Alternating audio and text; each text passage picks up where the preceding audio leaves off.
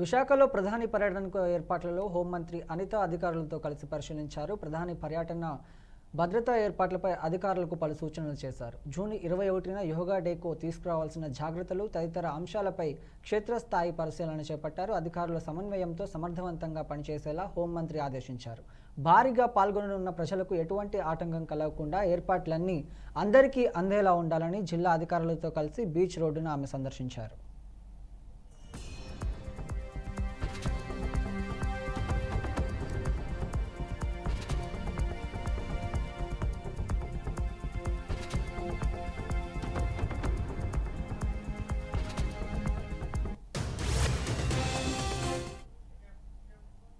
సూర్యాపేట జిల్లా చిలుకూరు మండలంలో ఏసీబీ సోదాలు నిర్వహించింది. సిబి వలలో సూర్యాపేట ఆర్డబ్ల్యూఎస్ఏ ఇస్లావత్ వినోద్ చిక్కాడు. మహబూబ్ నగర్ జిల్లా కర్తార్లో ఏఈగా పనిచేసి కొద్ది రోజుల క్రితమే సూర్యాపేటకు బదిలీ అయ్యాడు. ఏఈ వినోద్ అన్న కొడుకు మూర్తి ఎంబీలపై సంతకాల వ్యవహారంలో మధ్యవర్తిగా వ్యవహరించాడని అధికారులు అనుమానం వ్యక్తం చేస్తున్నారు. గత రాత్రి వినోద్ను అదుపులోకి తీసుకున్న అవినీతి నిరోధక శాఖ అధికారులు విచారిస్తున్నారు.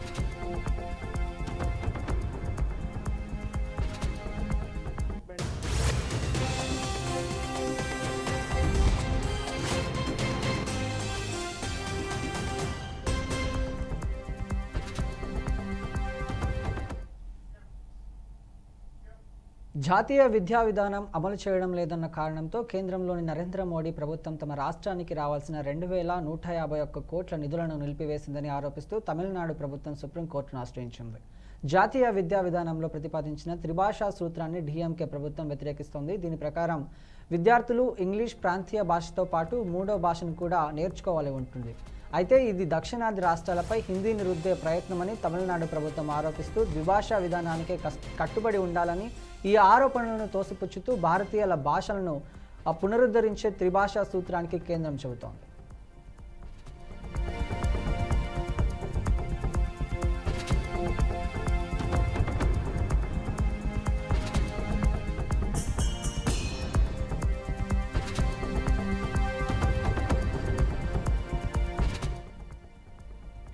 పాఠశాల విద్య కోసం ఉద్దేశించిన సమగ్ర శిక్షా పథకం అవసరాలకు అనుగుణంగా తమిళనాడు ఉందని గత ఏడాది ఫిబ్రవరి 16న జరిగిన ప్రాజెక్ట్ అప్రూవల్ బోర్డు సమావేశంలో కేంద్రం సంతృప్తి వ్యక్తం చేసిందని గుర్తు చేసింది. ఈ పథకం కింద 3585 కోట్ల కేటాయింపు జరిగిందని తెలిపింది. ఇందులో 60:40 నిష్పత్తి ప్రకారం కేంద్రం వాటా 2151 కోట్లు గత ఏడాది ఏప్రిల్ 1 నుంచి రాష్ట్రానికి చెల్లించాల్సి ఉంటుందని తెలిపింది.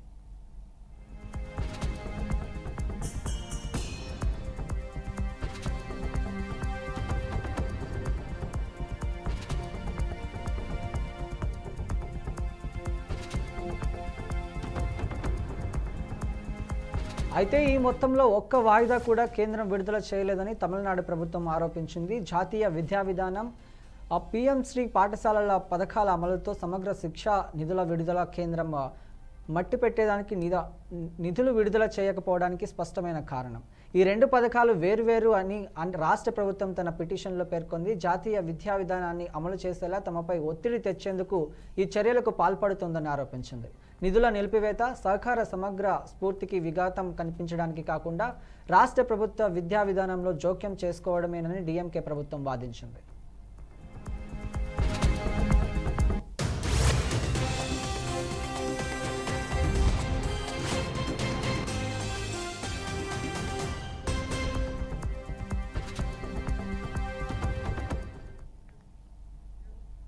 ఏపీ ఆర్థిక శాఖ ప్రధాన కార్యాలయమైన నిధి భవన్లో ఉదయం అగ్ని ప్రమాదం జరిగింది. ఉద్యోగులంతా విధుల్లో ఉండగానే భవనం 2వ అంతస్తులో ఒక్కసారిగా మంటలు వ్యాపించాయి. దీంతో సుమారు 300 మంది ఉద్యోగులు భయంతో కిందికి పరుగులు తీశారు.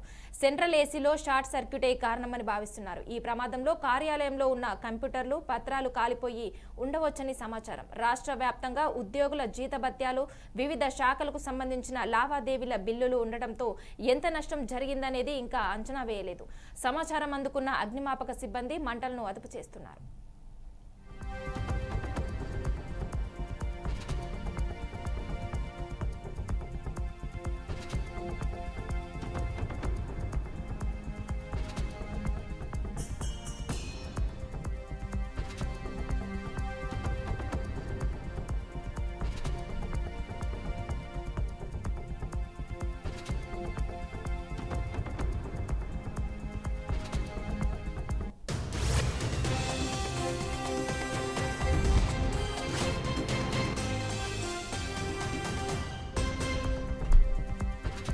ఏపీ ఆర్థిక శాఖ ప్రధాన కార్యాలయమైన నిధి భవన్లో ఉదయం అగ్ని ప్రమాదం జరిగింది. ఉద్యోగులంతా విధుల్లో ఉండగానే భవనం 2వ అంతస్తులో ఒక్కసారిగా మంటలు వ్యాపించాయి. దీంతో సుమారు 300 మంది ఉద్యోగులు భయంతో కిందికి పరుగులు తీశారు. సెంట్రల్ ఏసీతో షార్ట్ సర్క్యూటే కారణమని భావిస్తున్నారు. ఈ ప్రమాదంలో కార్యాలయంలో ఉన్న కంప్యూటర్లు, పత్రాలు కాల్పోయి ఉండొచ్చని సమాచారం. రాష్ట్ర వ్యాప్తంగా ఉద్యోగుల జీతభత్యాలు, వివిధ శాఖలకు సంబంధించిన లావాదేవీల బిల్లులు ఉండటంతో ఎంత నష్టం జరిగిందనేది ఇంకా అంచనా వేయలేదు. సమాచారం అందుకున్న అగ్నిమాపక సిబ్బంది మంటలను అదుపు చేస్తున్నారు.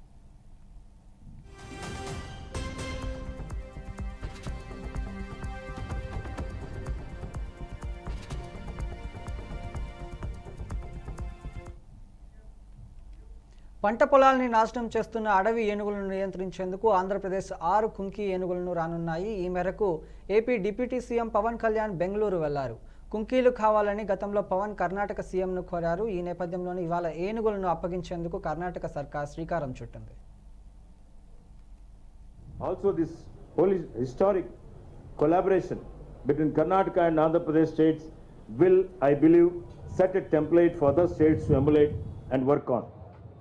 Lastly, I would like to extend my heartfelt gratitude to our Honorable Chief Minister Siddaramaiah ji and Shri Pawan Kalyan Kumar ji, the Honorable Deputy Chief Minister and Forest Minister of Andhra Pradesh State, for being present here for this historic occasion.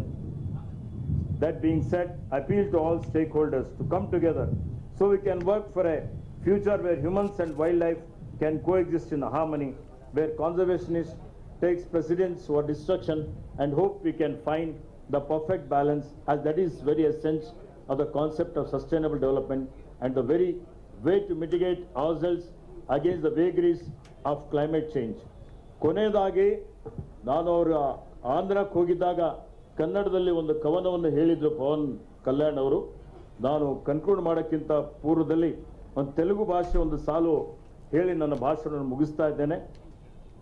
ప్రకృతి అద్దం రెండు ఒకటే, అద్దం నువ్వులాగా ఉంటే అలాగే చూపిస్తుంది.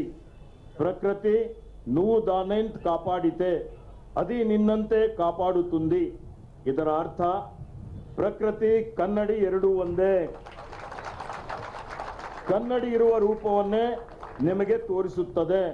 ನೀವು ಪ್ರಕೃತಿ ರಕ್ಷಿಸಿದರೆ ಪ್ರಕೃತಿ ನಿಮ್ಮನ್ನು ರಕ್ಷಿಸುತ್ತದೆ. ವೃಕ್ಷೋ ರಕ್ಷತಿ ರಕ್ಷತ ಅನ್ನುತ್ತಾರೆ. ನಾವು ಮರವನ್ನು ಕಾಪಾಡಿದರೆ ನಮ್ಮನ್ನು ಮರ ಕಾಪಾಡುತ್ತದೆ. ಇಂದಿನ ಜಾಗತಿಕ ತಾಪಮಾನ ಏರಿಕೆ ಮತ್ತು ಹವಾಮಾನ ಬದಲಾವಣೆ ಕಾಲಘಟ್ಟದಲ್ಲಿ ఇవి ఇప్పటివరకున్న బులెటిన్ అప్డేట్స్. మరిన్ని అప్డేట్స్ కోసం చూస్తూనే ఉండండి బీఆర్కే న్యూస్ తెలుగోడి సత్తా.